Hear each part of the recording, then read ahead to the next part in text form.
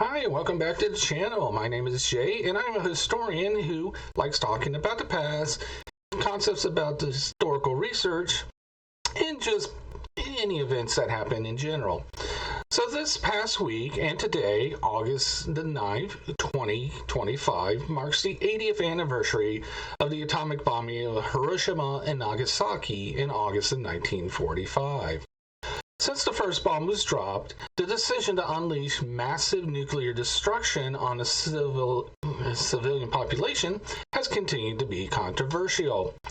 During my years of study into the Pacific War, I have done a few in-depth dives into this topic, and I want to relay my findings to you this week. Before I get into my findings and interpretation of the atomic bombings in August of 1945, I want to review several secondary sources, among many that I have found have brought great insights into this topic. As always, one must begin with Samuel Eliot Morrison's classic History of United States Naval Operations in World War II series, especially Volume 14's final chapter. After that, I highly recommend Ian W. Toll's Twilight of the Gods, War in the Western Pacific, 1944 to 1945, and the late George D. Hornfisher's The Fleet at Flood Tide, America at Total War in the Pacific, 1944 to 1945. The Pulitzer Prize winning Hirohito and the Making of Modern Japan by Herbert P. Bix brings us insight into the highest levels of Imperial Japanese command and political structure, especially showcasing the Showa Tenno's involvement in the final months of the Pacific War.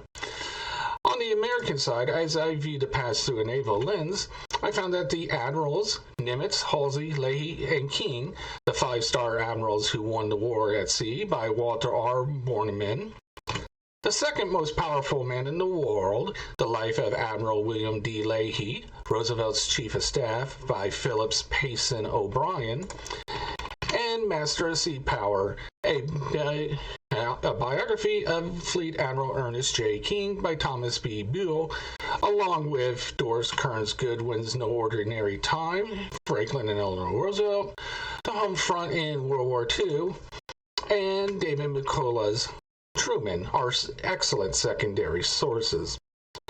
Finally, D.M. Giangreco analyzed the American and Japanese plans for a potential assault on the islands of Honshu and Kyushu and reported his findings and held to pay.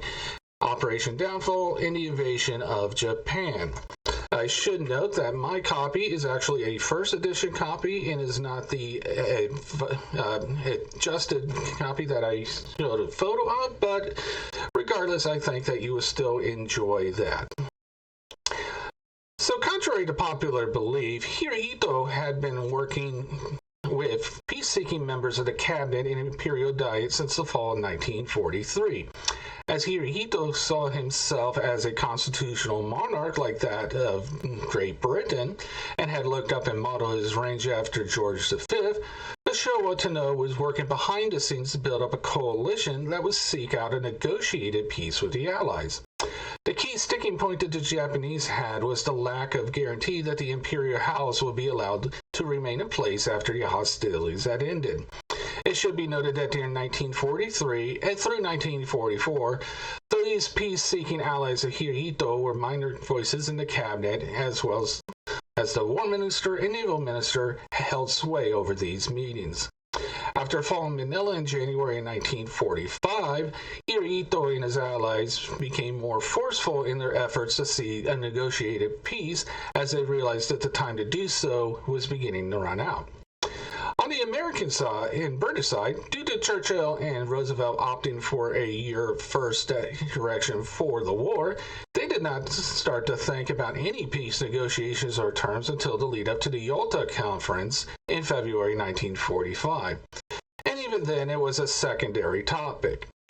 While any terms for peace were not discussed officially, it was agreed upon that the Soviet Union would join the United States and Great Britain in the Pacific War 3 months after the end of the European War.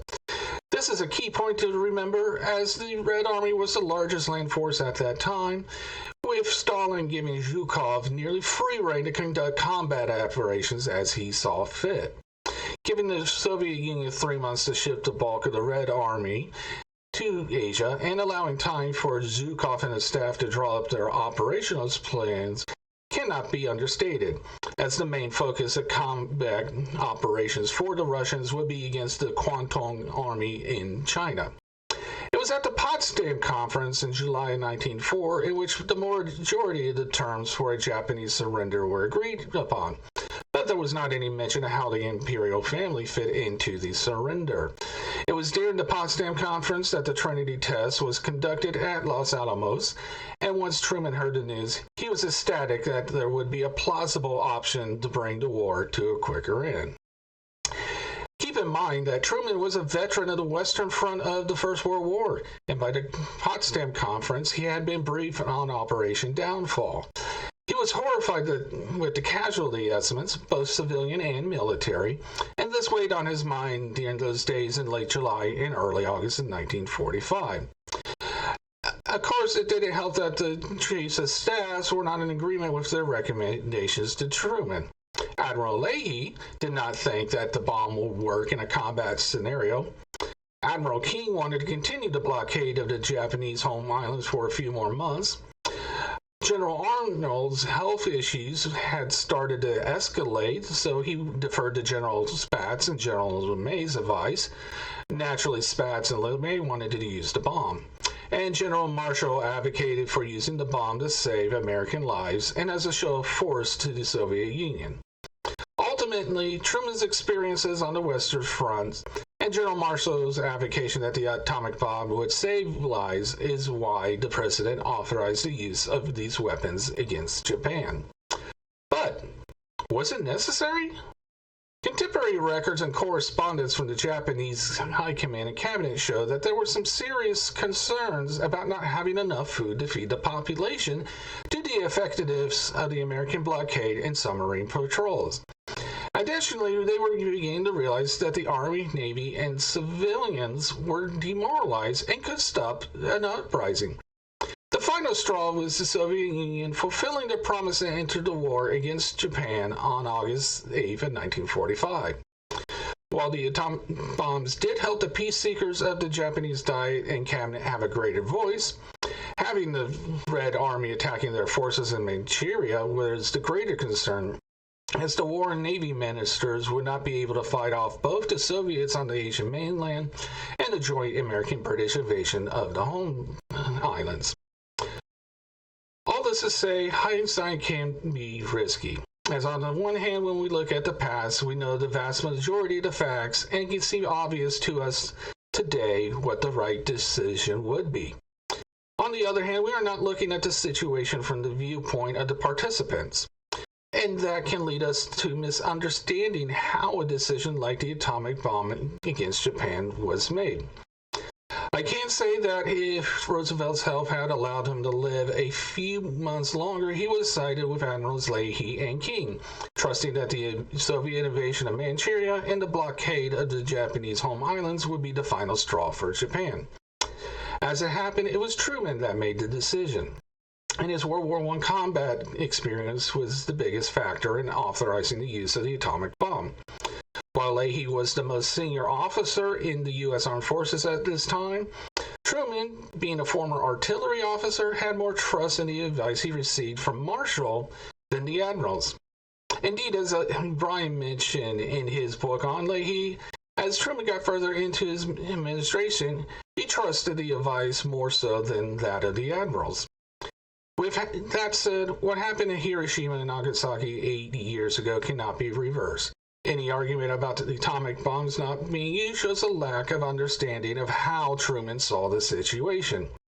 While personally I do agree with the advice of Leahy and King that combined with the Soviets in the Pacific War, the blockade of Japanese was beginning to cause the Japanese to consider suing for fees. lesson of this is neither you nor I can change the past, but we can use the past to make better decisions in the future. And also, hindsight is not 2020. We do need to take things into consideration the way the participants of that era saw it, not as we see it today. Well, I hope you enjoyed this video. Please like, subscribe, and share to anyone you think would enjoy it. If you leave a comment, as always, cite your sources, and please be kind to each other. And I hope to see you soon. Have a good rest of your day.